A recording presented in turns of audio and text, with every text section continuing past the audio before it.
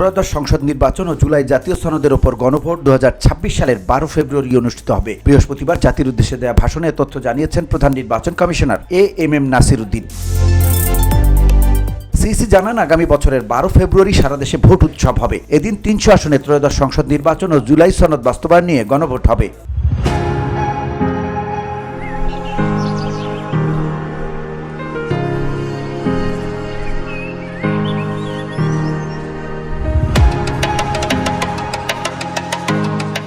CEC আরও জানান, ত্রয়োদশ সংসদ নির্বাচন উপলক্ষে প্রার্থীরা মনোনয়নপত্র সংগ্রহ করতে পারবেন 29 ডিসেম্বর থেকে। মনোনয়নপত্র যাচাই বাছাই করা হবে 4 জানুয়ারি। মনোনয়নপত্র বাতিলের বিরুদ্ধে প্রার্থীদের আপিল 11 জানুয়ারি। আপিল নিষ্পত্তি করা হবে 12 জানুয়ারি থেকে 18 জানুয়ারি। মনোনয়ন প্রত্যাহার করতে পারবেন 20 জানুয়ারি। রিটার্নিং কর্মকর্তা চূড়ান্ত প্রার্থী ঘোষণা করবে 21 জানুয়ারি এবং ওই দিন প্রতীক বরাদ্দ দেওয়া হবে। নির্বাচনী গণসংযোগ 22 জানুয়ারি থেকে 10 ফেব্রুয়ারি পর্যন্ত তথা নির্বাচনের 48 ঘন্টা আগ পর্যন্ত। ভোট 12 ফেব্রুয়ারি।